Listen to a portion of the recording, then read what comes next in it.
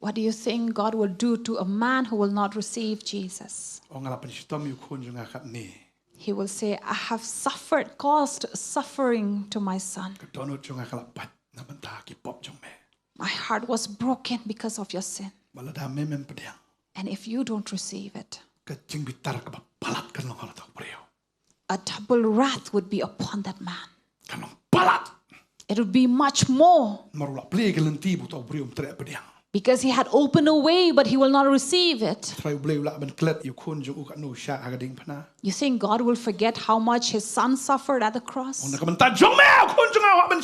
Saying that because of you, my son had to suffer.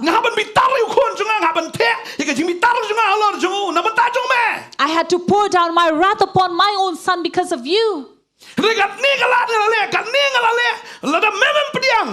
And this is how much I have done, and if you don't receive in the end, that your heart has been hardened and boastful and you don't believe it. And I feel that God is be more angry over this man rather than Satan.